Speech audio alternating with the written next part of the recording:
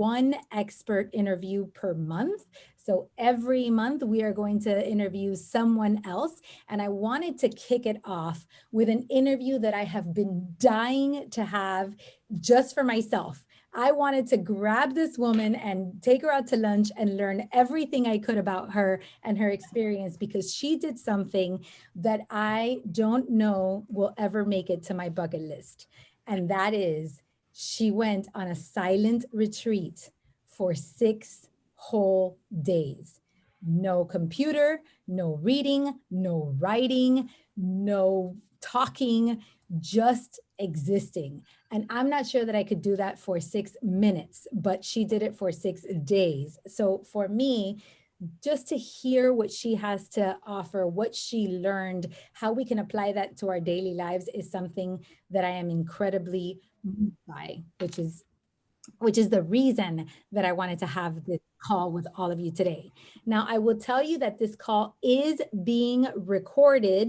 However, I make it available to our core membership community. So if you're part of the membership community, then the interviews are on forever. You always have access to them. If you're not part of the membership community, then I really hope that you log on now on time so that you can get access to her incredible story. So let me introduce Gabriela Martinez-Fonts. Gabriela is the founder of Mindful Wisdom Now, an ongoing quest to live in the present and be mindful through creativity, writing, yoga, art, nature, breathing, play, movement, and expression. She runs mindfulness workshops, creative camps, and teaches private classes. Gabriela has been a presenter at the Day of Wellness event hosted by Temple Betham, and has also been a presenter on the Decreasing Stress panel, Integrative Medicine and Complementary Treatments at the 16th Annual Day of Caring for Breast Cancer Awareness hosted by the Miami Cancer Institute.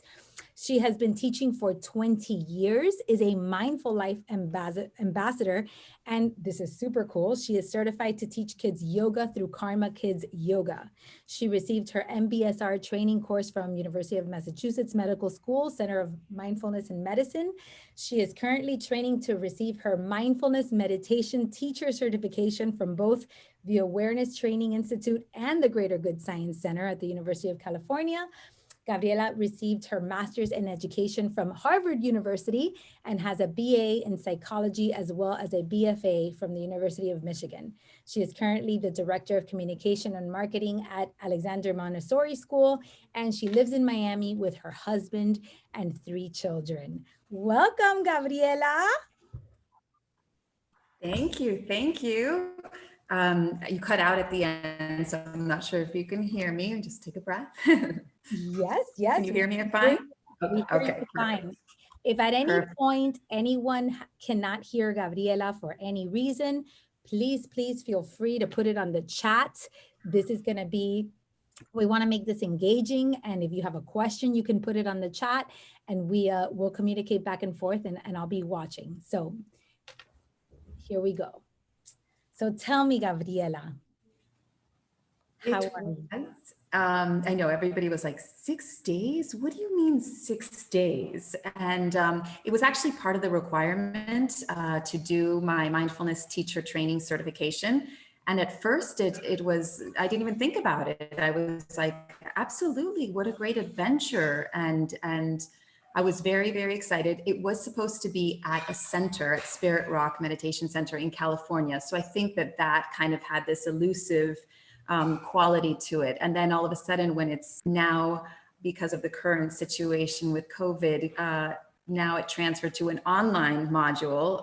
It was a little bit more, I guess, interesting, because then it was, how am I going to do 6 days silent at my home? I have 3 children and a husband, and we just live in a very noisy, very overstimulated world. So to be able to do that in an everyday kind of life, it was already challenging.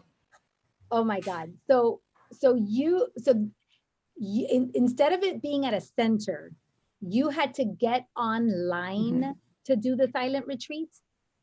Oh, yes. Okay, so here's something. So how it worked was, I think we have a little bit of a delay in the hearing. Are you Yes. guys hearing her clearly? Yes, Yes. yes, yes. Okay. So yeah, I want to know how that worked, because I thought that in part of the retreat was that you couldn't read or write. So how did it work by being virtual? How did you get online? So what they did is they gave a schedule and you received your schedule ahead of time. We had to log on at certain times. So that was the time where you were actually allowed to put your computer on and log into the Zoom from our welcome meeting was from 8 to 10 on 7 to 10 on Friday night, to give you an example. And then the first module on Saturday morning was 10 to 12. There was another one from 2 to 4, and there was another one from 6 to 8. And then we had small group meetings in the evening to reflect, where you had a mentor with a group of maybe 5 or 6. And there she kind of touched base. Now, there was some speaking during those times, but it was quite minimal.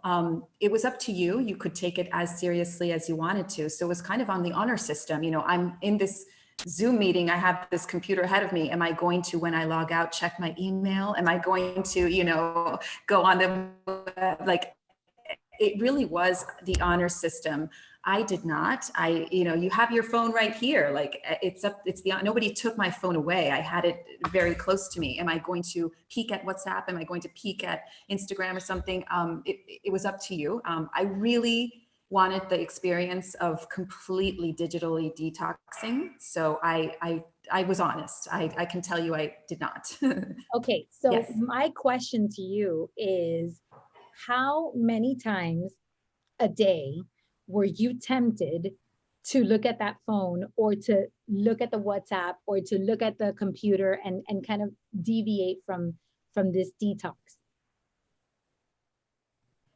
That is such a good question, because it was a number that I don't even think exists. It was like a gazillion times a day. It got less. I'm not perfect. It was so interesting how it went from from 100 to 0. So you're on this phone and you're stimulated, and all of a sudden Saturday it starts and you're no longer connected with anything. So at first I was in my home with my family and my children, and I had a separate room where I kind of spent most of the time. And that was easier because I knew my people were safe. So for the weekend, my people were safe and I knew that they were, taken care of.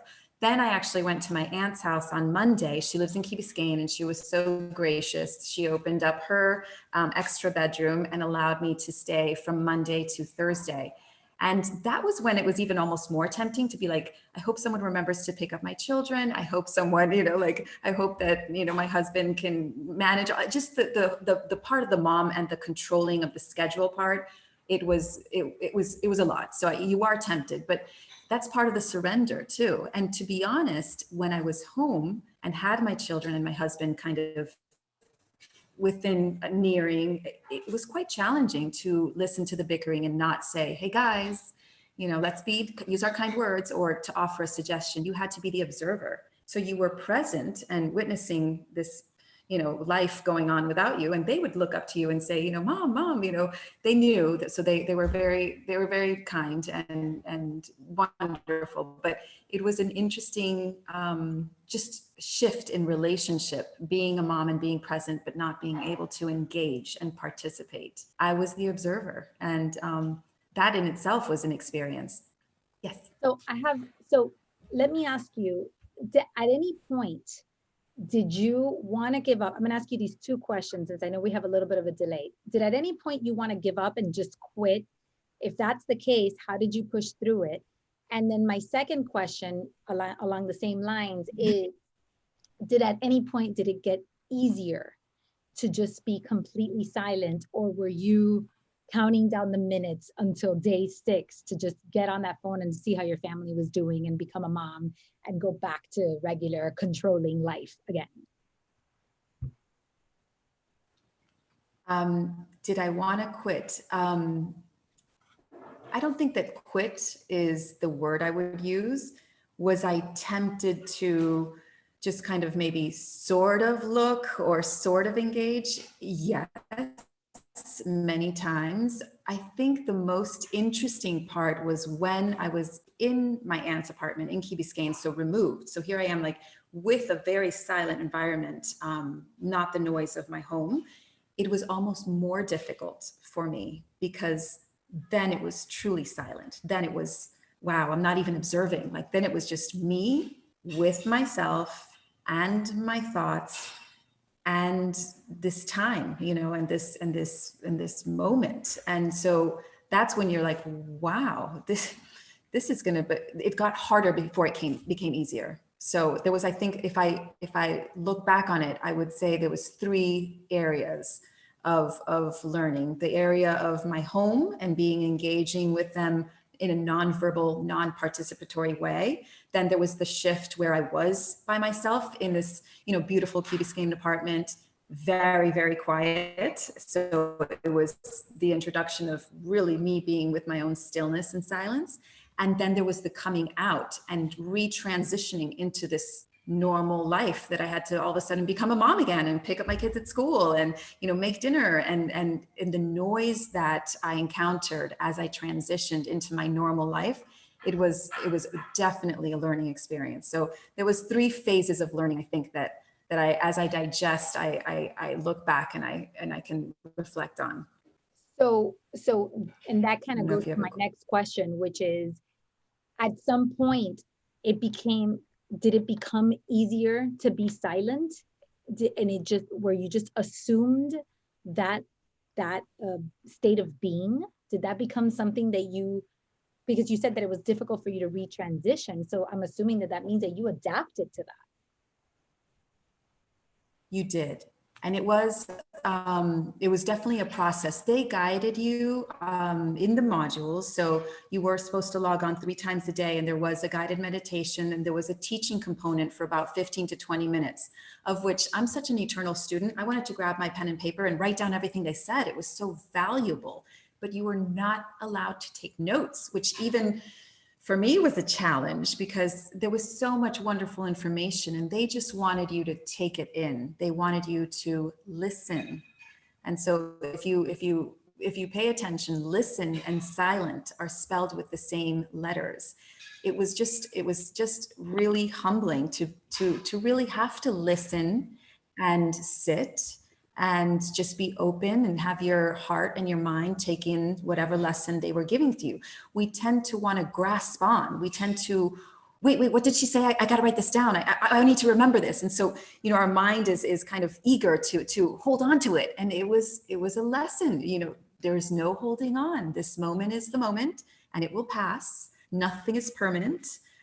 It really was just tuning in and accepting it for what it was. What I remember, I remember. What I don't. I mean, it was like, gosh, we tend to want to control it all, you know? I mean, I do. I think of myself as trying to constantly maintain a balance. And it was like, man, I'm so out of balance. I'm really out of balance. So it was humbling. It was humbling and it was eye-opening. I have to say the emotion attached to it was also quite interesting because you think, oh, how relaxing, like quiet and peace. And wow, no, not so relaxing. Sometimes it was very taxing. I felt frustrated with my own self. Gosh, I thought I was good at meditating. You know, I'm horrible at this. Like, why am I even doing this? Boom, there start the thoughts, you know. And so one of the things that they kept saying is, there's no perfect mindfulness practice. It really is an evolving state. You are not perfect. You are not expected to be. Everybody has their own kind of definition of how they would like to. Some people like to sit. Some people like to have the music. Some people like to have a mantra that they repeat. Some people count their breath. Really what mindfulness practice is becoming aware of the present moment and becoming aware of your thoughts. And if you start in that quiet state, closing your eyes, breathing, if you start thinking, gosh, I have that grocery list and I forgot to mail this and I need to send it, boom, you start, bring it back and stay. So that awareness and bringing back and staying is the practice, and you become better at it. The more distracted, some days I was super distracted, or some hours in the day I was super distracted. I was like, God, that one sucked, which is okay. There was there was times when it was really hard. But the awareness that it was hard was an accomplishment. The grace that I gave myself, or the compassion that I gave myself through it, was a lesson learned. I wasn't as judgmental at the end. I was more patient with myself and I guess my not being able to stay in the moment all the time. There was some compassion that needed to be given there. I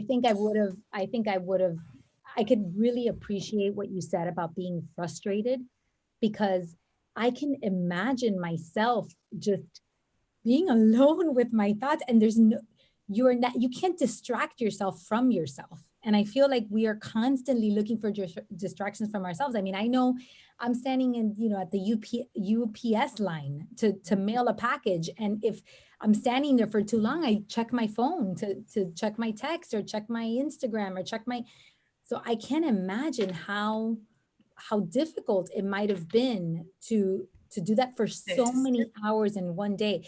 Did you find yourself sleeping a lot as a result of it, or did you find yourself more awake and aware? How were your energy levels? It was really interesting, the sleep component as well. Some nights I slept like I had never slept before. I felt so rested. And there was a few that I just would wake up, but they talked about that. So it was a little bit of both. I think that when I was asleep and I really felt rested, it was almost like a refreshing awareness in itself. Like, wow, my body really needed that.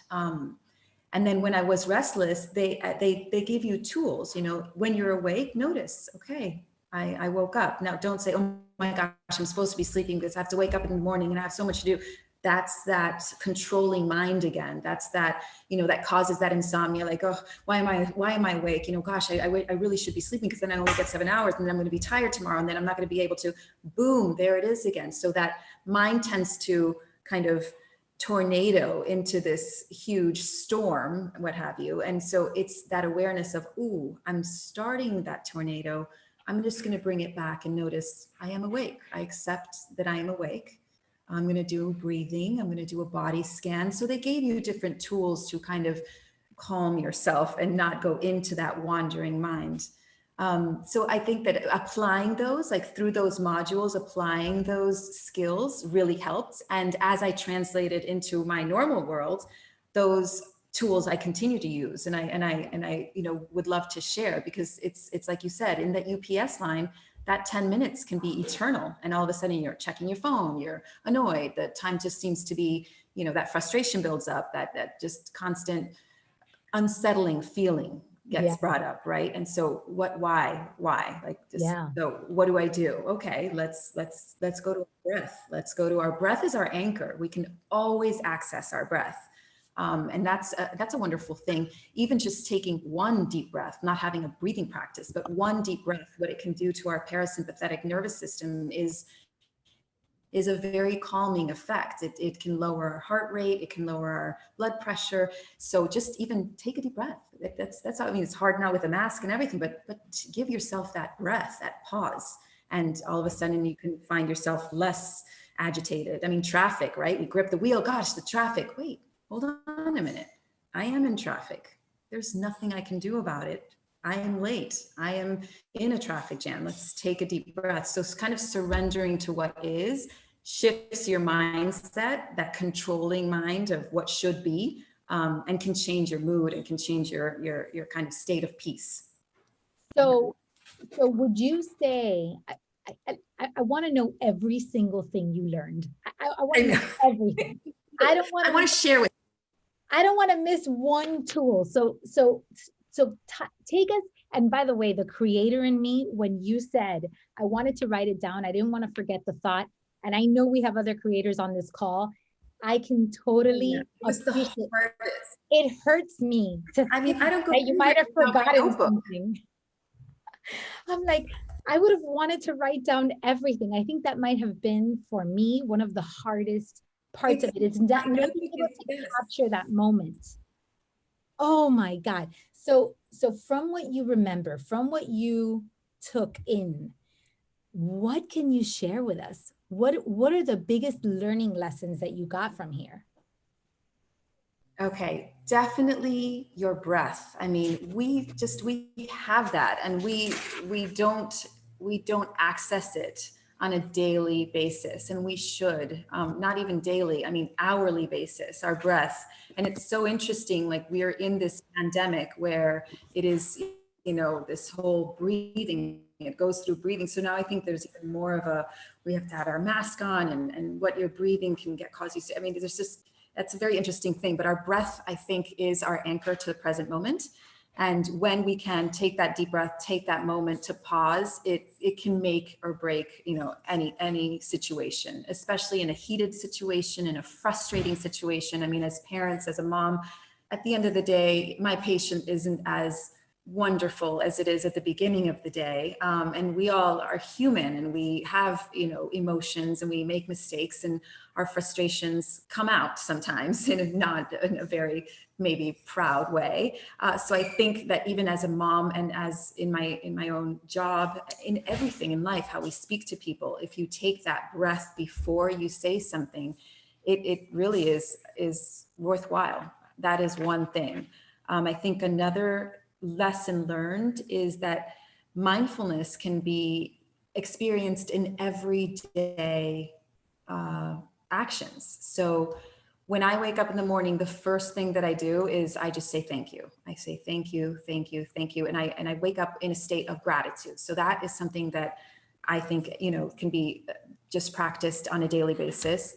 But something as simple as then going to take a shower. Your shower can be a beautiful mindfulness practice. So becoming aware of the senses. A lot of what they were talking about in the different modules is going from the body to your senses. So the breath, obviously, you're aware of your breath, how it goes in, your lungs, your chest expands.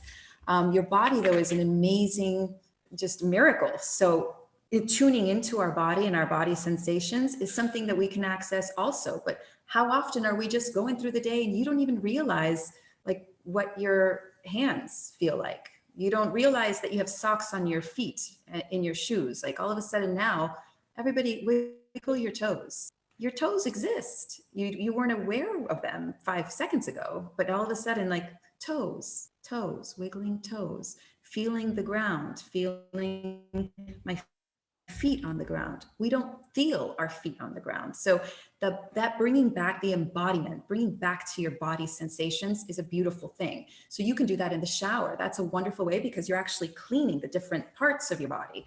So a showering meditation practice can happen, whether it's a 5-minute shower or a 10-minute shower, but you're kind of tuning in. And the more that you start tuning into yourself, tuning into the moments, that's going to just continue. Yeah, you have a question. Why does that matter? Why is it important to be mindful about your body, to feel in tune, to wiggle your toes? I love the thought of it, but why do you think it matters? Like, how does it make my daily life better? That's an awesome question. Okay, so I think that we just live in a culture of inattention. Okay, we live in this like overstimulated, multitasking, fast speed life. And the more that we're just doing, the more that we're not aware of what's happening around us. And so then kind of stress happens, anxiety happens, our thoughts get turned in. We get just overloaded, and tuning in to your breath, tuning into your body sensation brings you back to the moment and kind of it calms you. It has a calming effect. So instead of just showering, going through the motions, you're not connecting to that shower. You're not connecting maybe to brushing the teeth. When you actually connect, you're living more fully. You're living more awakened to the simple pleasures. Like a shower is just a shower, but it can actually be a really pleasurable thing to kind of get those sensations out. Brushing your teeth is brushing your teeth, but it can actually be kind of a pleasurable moment, just tuning in. So just that connection of being here, you're tuning into yourself, you're tuning into your life instead of going through that fast pace. It just brings you peace. I love that. I love that. You know, I was thinking that because we're all here together, this would be a really good opportunity for us just to take a minute and just take a deep breath together for 1 second. So let's everybody take a deep breath, and maybe Gabriela, maybe you can guide us in taking just 1 or 2 seconds of that to really feel what it is that you're teaching us. Well, I invite you to just sit in a comfortable position and notice where your feet and your body connect with the chair and connect with the ground. And then place your hands in a comfortable position. Close your eyes if you feel comfortable doing that. And I invite you to kind of raise your lips in a smile. It doesn't have to be a full smile, but just that action can kind of stimulate our brain into a more content state of mind. And then just take a deep breath through your nose. Notice how your lungs expand as the oxygen goes in, and then breathe out.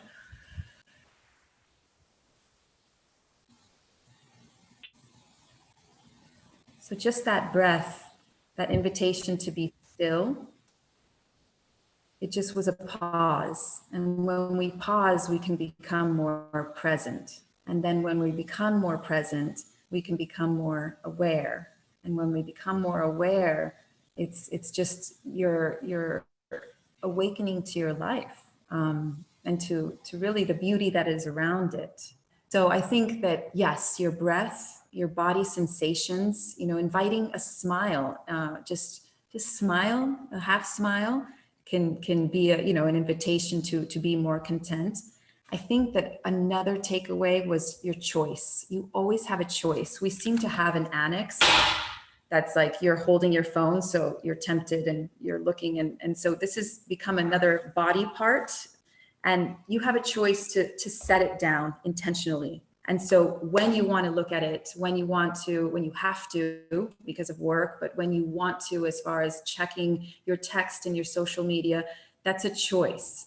And allocating some time where you disconnect from it is so important, because I feel the more that we are just running through the motions in our everyday, it becomes part of our everyday. Like, we always have our phone on us, but making a conscious choice to detach from it and just not detox completely, but really detach, that you're not going to use your phone for a set hour or you're only going to use your phone to check social media for a set amount of time. That choice and setting boundaries is incredibly important. It is also, if you have children, it's showing them kind of a guidance, right? Yes. I have a question for you, because you and I spoke about this, and this is something that really struck me. And what you said was checking the phone and being connected to that body part, like you said, is so automatic that we don't even notice. And my Right. question to you is, when you had the opportunity to step away from that and notice just how attached you were, um, how do you preserve that? And I think this is a really important question, because it's a deeper question than just about digital detox. And I learned this, in 2020, for example, when we had the quarantine, one of the things that a lot of us realized in the quarantine was just how fast paced our lives were, and how much commute we had, how much traffic we dealt with, how many meetings we went to, how many extracurricular activity our kids had, how many phone calls we made during the day. And all of a sudden our life was shut down. And although we were still attached to the phones and all these other things, our life was way more peaceful. And I know personally that I thought at that time, I don't ever want to go back to this craziness. Right. And yet I find myself slipping into the craziness again, because I have an hour commute for my kids to go to school. Now they're starting to do track. Now they're starting to do karate. The activities are starting again. And I don't know how to hold on to that. So how do you hold on, Gabriela, to that? How do we implement that detox when, like you said, we don't even notice that we're attached the way we are? Right. I think the first step is becoming aware of how attached we are. So making that conscious choice. I had a choice, to do the 6 days. I could have checked it. It was an honor code. Nobody was looking over me, but I made that choice. I'm not going to look at my phone for 6 days. Going back to WhatsApp, I had like 847 messages in this one. I mean, it was absolutely intimidating how how overstimulated we are, we don't even notice, because we're constantly getting messages here, text here, a phone call here. It's like ding, ding, ding, overstimulation, but we're just in it. So you don't see until you're separated. It's the same kind of analogy as the goldfish in the water. The goldfish is in the water. It doesn't know what's in the water, it's in it. So until you take that goldfish out of the water, it's like, wow, I was in that bowl. It's surrounded in it. So I think that when this earth and this world came to that pause, we all as a society noticed, wow, we were super busy. So now that we're getting busier again, and it's kind of that's creeping in, that over scheduling or having to take our kids here, take our kids there, we find ourselves, becoming busier, becoming more just, I guess, with less time, but you actually don't ever have less time. You always have time if you make time. And I think that that's one of the things that I realize is I do have to make time for just silence, whether it's 5 minutes in the morning, 5 minutes in the evening, or midday, instead of taking your lunch break and going to your phone and looking at it or logging on and scrolling through. Make time for just maybe a 2-minute pause where you just sit silently, you look around. A lot of the beauty that I take away is the walking meditation. I found that to be absolutely so therapeutic and medicinal. They would ask you to walk with intention. So it was actually a small space. So you would think, oh, I'm going to walk outside. I'm going to walk 5 miles. Well, here they asked you to get, you can go outside. They actually recommended that you go out in nature. But to go and to take a small area and to just walk back and forth for 5 minutes or 10 minutes, and just notice how your feet feel, the heels going to the ground and lifting it up, how just the different actions of your legs take. And then once you start, feeling your body as it walks, because really we just usually walk, we don't really feel our body walking or our legs or our knees, unless you have a pain, then maybe you do, but really intentionally paying attention to the walking. And then from there, move to the external world. So that was an internal awareness, right? Your body. And we move to the external world and you start looking around in those maybe 10, 15 feet. We're not going around the block. We're doing it in our backyard, but maybe just 10, 15 feet back and forth, noticing the trees that are around us, noticing how the wind shifts the leaves. And so then it was an external awareness and kind of appreciation of the world around us. So the walking meditation was a really interesting thing. I thought walking was going 5 miles. No, it can be 10 feet, just going back and forth, but it's the tuning in. So that is in itself very practical. Like even in your job, you can just go back and forth in your office, just intentionally, really tuning in first to the body and then noticing around and noticing the external. That's a beautiful, beautiful practice that you can implement every day. Wow. I like that. I like that. And it's different from exercising because it's truly a meditation. You don't even, it doesn't even, but you're incorporating moving your body, which is so important. And if you're not a person who's used to moving your body, it's like it's a double whammy. That's an amazing thing. Yeah. So you would suggest that every day we take at least 5 minutes of pure silence. And I'm going to ask you, is silence the same thing as meditation? That's an interesting, I think it's all about your intention. So when you're taking that pause, it could even be when you're in traffic, just turn off that radio and sit in the car instead of stimulating your brain with the radio, whether with a song, with the podcast. It's that silence that allows you to really tune in and not get distracted. Because although that podcast might be super inspiring, it's kind of guiding your thoughts because you're listening to what the person is saying, or that music is really calming. It's still, your mind is still listening to the music and you're having maybe an emotional reaction to it. The silence, I think, allows for a blank canvas where you can really tune into what's happening in you and your thoughts in your brain. And then you become aware of your thought patterns. Sometimes they are very similar to the patterns that were yesterday. We have over 60,000 thoughts a day. So sometimes we tend to repeat around 80 to 90% of them, what I'm going to do. And then the same worry, the same projection of the future, the same like ruminating about the past, about something that upset us. We tend to kind of, the stories repeat itself.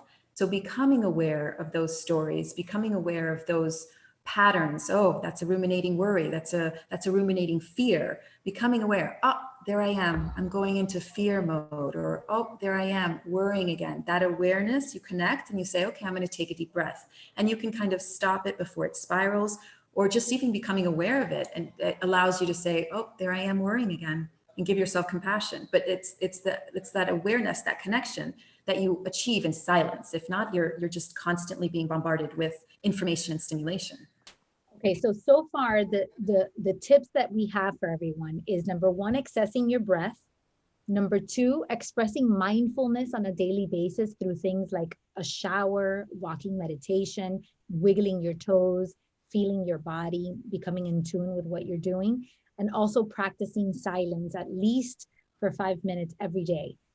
Are there any other tools that you want to share with us where we could incorporate, so that we don't have to go into a silent retreat and we can just use your experience for our own benefit? Right. I think absolutely. I think you nailed it. It's definitely your breath, taking, accessing your breath, taking a deep breath. I think the body sensations, whether it's the movement or the shower, incorporating it into your everyday. Eating is a wonderful way to become mindful. And when we're mindful with eating, it can just translate into so many beneficial qualities in our health and our connection and our relationship with what eating to you, and what value it can give to your body. Mindful eating is in itself just I can give you a slew of information about that. What I do with my children is sometimes at dinner we look at our plate before we eat it, and so you can look at it and actually start thinking, wow, where did this come from? This broccoli was grown somewhere in some field from the ground, and it took however many weeks to grow this broccoli. It was picked by somebody, and that broccoli then was taken to a place where it got packaged, and then that package got on a truck, a Publix truck, and that truck, delivered it to the grocery store. And then I went out and I bought that broccoli, and now I boiled it and I seasoned it, and now it's on my plate. So just the transcourse of that piece of broccoli is an amazing thing. Instead of just like gulping it and going through the motion, we're so used to just eating on the go or not paying attention. Did we even eat it? Oh my God, I finished my burger and I didn't even, I want another burger, but I didn't even enjoy this burger, even that satiated feeling of really tasting the food, smelling the food, seeing where the food came from. We eat every day. That's why I was saying we shower every day. We brush our teeth every day. Why can't those actions be mindful moments, be a practice in itself? It doesn't have to be 10 minutes of utter silence. It can be incorporated in your everyday actions just by tuning in and making that intention to connect. I love that. And for those people, I have a few of our Rejuva fasters here. Silvana's on and Betsy's on. For those of you that I run these fasts every quarter. And that's the one thing I've learned so much about fasting, is that when you fast, it's mindful eating. You learn to appreciate food. You learn how to savor the food. You learn so much from just not gulping whatever's in front of you, and you become so intentional. So for those of you that want to practice mindful eating, I suggest that next quarter you join our fast, because it's an amazing experience. So I have another question, and that is in terms of your re-entry into the world. And here's the thing. You are already a mindfulness expert. You were already somebody who was so in tune with mindfulness. No, I'm a student. Or a student. You say student, I say expert. Tomato. You in your eternal learning and apprenticeship of mindfulness, you are definitely more advanced than a lot of us in mindfulness. So my question to you is, how did it change, or did it change the way that you interact with your husband, with your kids, with your clients, at work? Did the experience change you in any way? And how did it change you so that so that we can learn from that? I think absolutely. The transition was really difficult. It was more challenging than I ever expected. And you say I'm a mindful person. Yes, I tend to appreciate the way that the leaves flutter in the wind. I'm aware of, the beauty of the sun as it goes through. I tend to practice that just as in my everyday life. And I try to teach that to my children, to just become aware of the beauty that surrounds them and become aware of the beauty that is their body. A lot of times, especially now with body image, I'm not so happy here, I'm not so happy. 5 pounds less, 5 pounds more, your body's in a miracle and it's amazing. So the more we're kind of in tune to that miracle, the better. But I having that mindful life before and then transitioning into kind of normalcy, it was very loud. I figured it was a shock. I will say, I just found it very loud. I found it very fast, even driving. I found my phone just kind of going off. So how do I take that silence and take the loudness and kind of meet it halfway? Because the reality is, I'm not living in a 6-day silent retreat, and I have kids and I have a job and life is busy. But I also have to take what I learned from that silent retreat and apply it so that my loud life isn't so loud or so busy or so, I guess, stressful. So it was, it was a process. I think it took me a couple days. I wanted to change everything in my house immediately. Like I was like, guys, I don't want us to play Xbox, and I don't want you to see those things, watch the movies with violence, because you become so aware of what you are allowing yourself to kind of take in. What phone call are you allowing yourself to, that friend that's always complaining, wow, like, am I going to answer that right now? Well, maybe I'll call her back. I'm not in the mindset. So having that choice and having that kind of boundary of like, okay, I'm not going to listen to the news because that makes me upset. So applying those limits it's still a process. I haven't learned it yet. I'm still applying, but I shared with my children. I said, you really have to be aware of the songs that you're listening to and the TVs that we're watching. What messages are you kind of giving your brain and giving your soul? Becoming very aware from going from nothing to then going to full life. I'm just very picky now. I'm more intentional in my choices. I don't want to watch that show. I want to watch a show that uplifts me, that makes me laugh.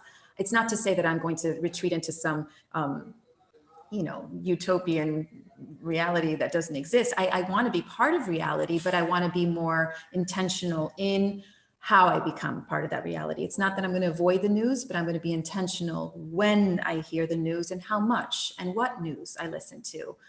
Especially now with this, with the whole political temperature of our country being very, it's volatile. It's divided, and so there's a lot of hate and being around that, being aware of that, exposing that to my children.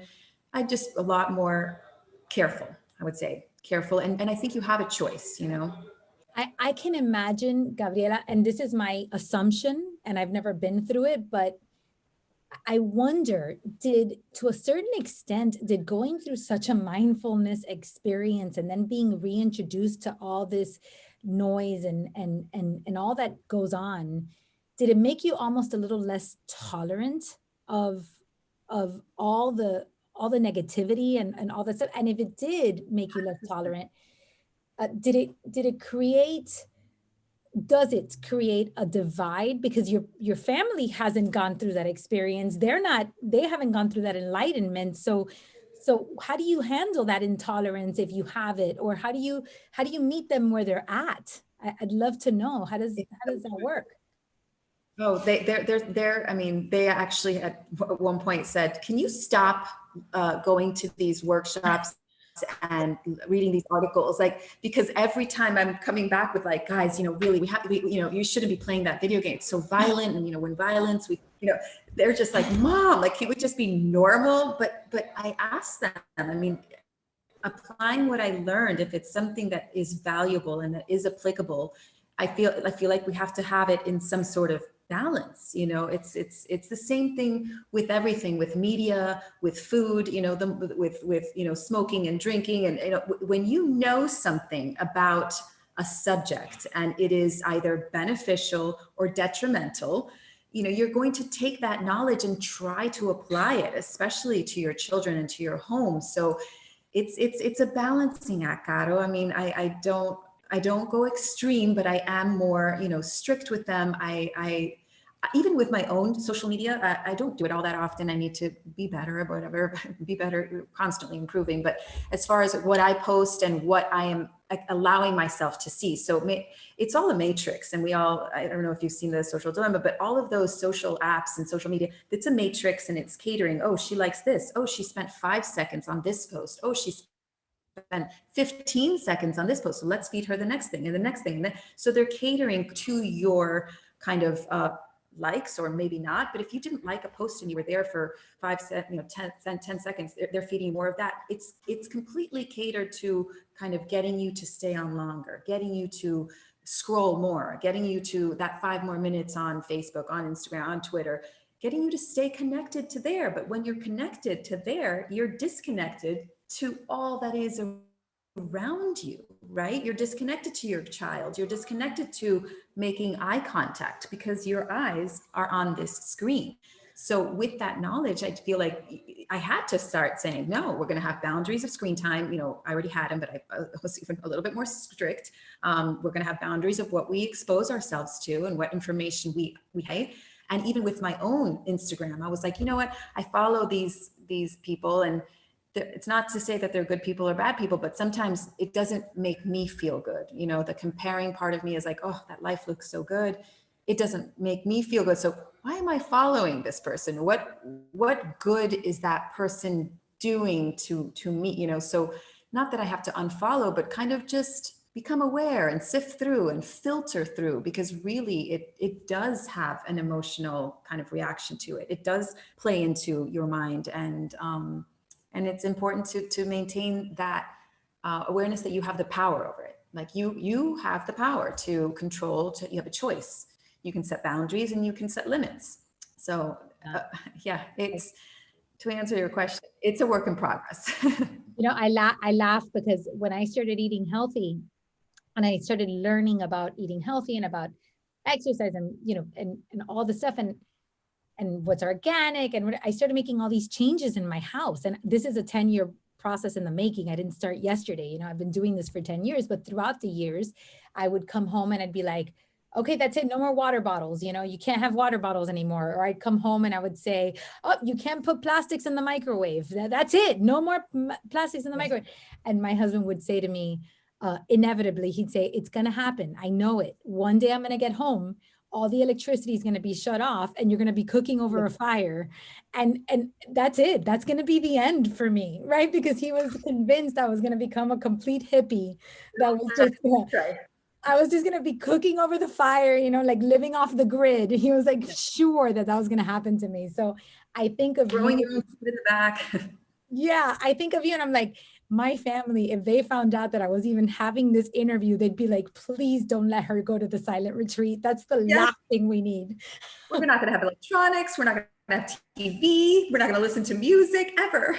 It's the worst. But one cool thing about it is, and this is what I love about these kinds of this kind of community and having these kind of interviews and things like that, is maybe your family is not 100% ready to jump on board for you, but that doesn't mean that you don't have the ability to surround yourself with people that are excited about this kind of stuff, that want to learn about this, that want to share in this kind of growth. So I think it also shows us that our choices are also, when you say about surrounding yourself, what are you going to put in your feed? Who are you going to surround yourself? What phone calls are you going to answer? Who are you going to talk to? It's putting ourselves in a position where we can ingest as much of the things that we enjoy as possible. And for me, this is, being here for an hour with you is a huge benefit. It's something that I love, that I get to be able to do and share with our community. So So I love what you've shared with us. So we've got about 9 more minutes before we end our call. Does anybody have any questions that you want to ask? This is a great time to do it because Gabby, as you see, is an open book and she loves to share. So if there's anybody that wants to ask a question, this is a great time to put it on the chat or to raise your hand.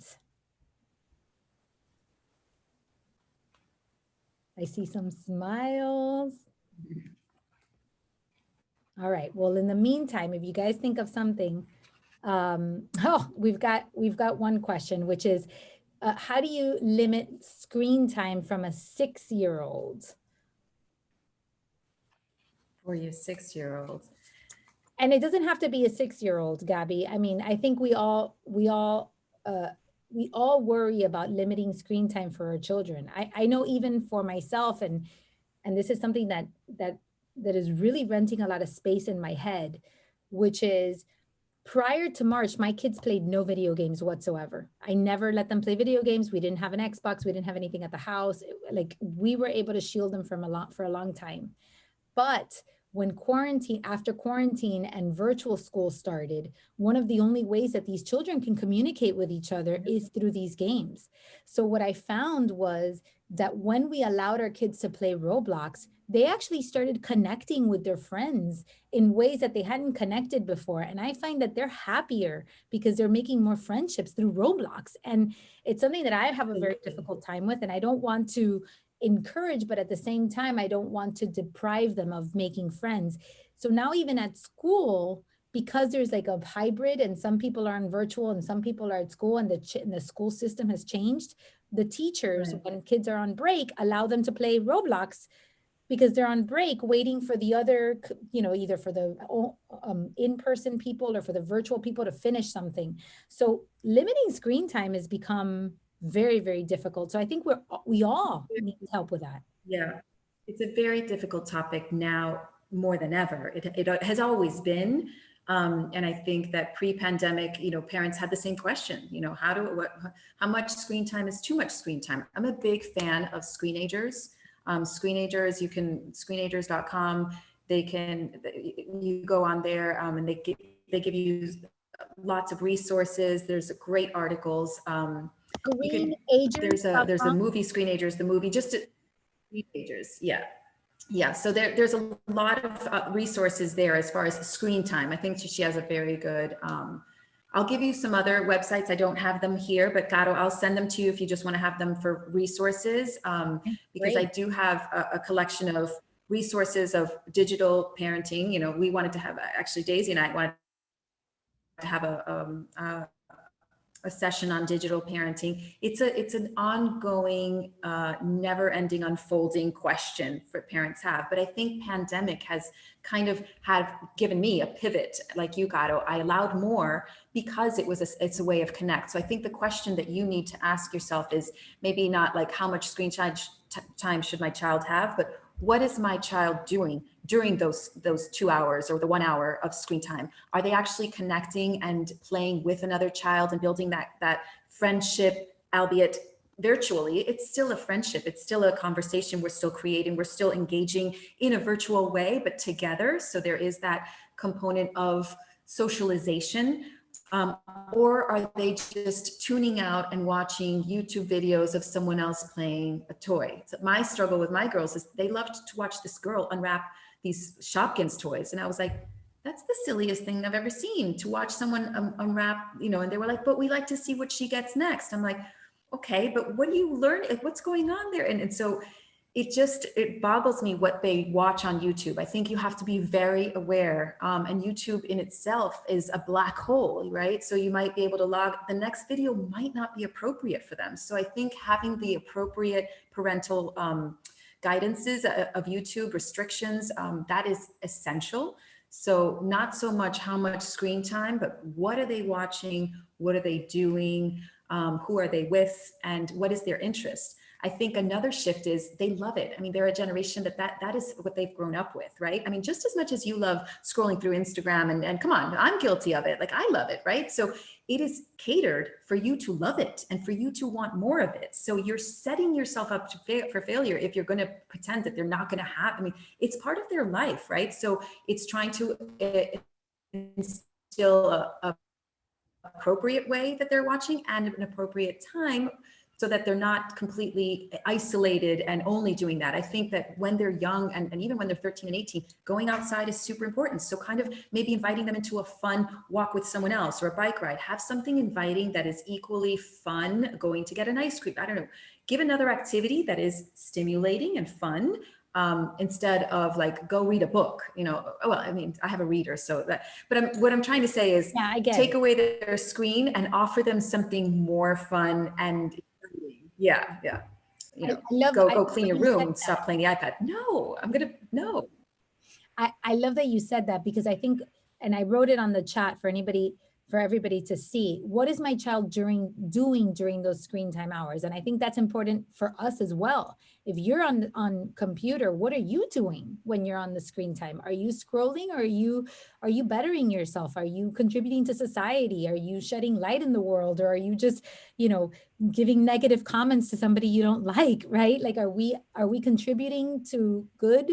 Are we making this world better with what we do, or are we just being mindless, and reacting to I society? will share one thing that we did during quarantine, because the screen time was increased in my house, and that just was, and I had to surrender to that. So the screen time was increased, but I did make them, while they were maybe researching, while they were scrolling or watching some YouTube video, I did make them research something interesting to share with the family. And so every night at dinner, I'd be like, so, you know, what did you discover? You know, what did you find? And so that became a really fun family thing. And you don't have to do it every day, but maybe during the weekend. Okay, so I'm going to give you an hour. I'm going to give you X amount of time, but I also want you to research something that you found interesting that you'll come up and share with the family. That was a really neat thing, because then they're using the tool to find something that interests them, which was interesting in itself to see, like, really, okay, that you're sharing that X topic, but also engage in a more research, more proactive, instead of just mindless scrolling or whatever. I mean, I tend to zone out and look at pretty pictures on Instagram. I'm guilty of it. And then I ask myself, what am I doing? Like, no, let me so again, it's that awareness, that creating that balance, and creating that conversation, because screen time is, like I said, a touchy subject, and they're by nature, it's part of their world. So taking it completely away, I think I don't think it's realistic. I think there has to be a happy medium, and you have to ask the right questions. Yeah, and I love what you said about substituting, because it's true. I mean, we have to set aside time for connection. We set aside time to go to the park together. We set aside time to do karaoke, or to play a game, or to read together, or eat together, have dinner time together, and we're creating those moments for connection, then at least we're doing our part. It is, we're getting close to the end, so I am going to wrap this up. I did want to share with you all, thank you for joining our expert series. We do have our core challenge, which is starting February 1st. So if you have not joined the core crew, there's a lot of girls, including Gabriela, who's done the 28-day challenge and can attest that it is an amazing, it's an amazing community of like-minded women who support each other in incorporating good habits, personal development, and living a healthier life. So if you want to find out more about it, just make sure you reach out to me. If you do not already follow Gabriela, make sure that you go on Instagram and follow her at Mindful Wisdom Now. We'll put it on the chat, Mindful Wisdom Now. If you are here exclusively for Gabriela and don't know me, then you may want to connect with me on Caroline de Posada on Instagram. And hopefully we will see each other next month in our next expert series. But until then, thank you, Gabriela, for everything that you've shared with us. Thank you for making us more mindful. And I'm sure that you have a lot of people that are going to be following along to see what you come up with next. No, thank you for having me. Thank you for always Thank you. being Thank you. Thank you. so giving. All right, so we'll wrap it up, and if anybody has any last minute things, we'll just stay on for a few more minutes just to help everybody go. Betsy, I hope this was super informative for you. Betsy is a Right up my alley, journey. girl. Right up my alley. I loved it. You know, I wanted to share something. For the longest, for those that connect with this, for the longest time, my aunt was asking me, or inviting me, I should say, to. Uh-oh, she froze. That's what happens. Ah, she froze. What a shame. You froze, Betsy. All right. Okay, everybody. Betsy froze. What a shame. Betsy froze. Yeah. All right. Okay, everyone. Well, it was great, great, great to have you, and we will see you Thanks, on everyone. social media. Take care, everybody. Bye.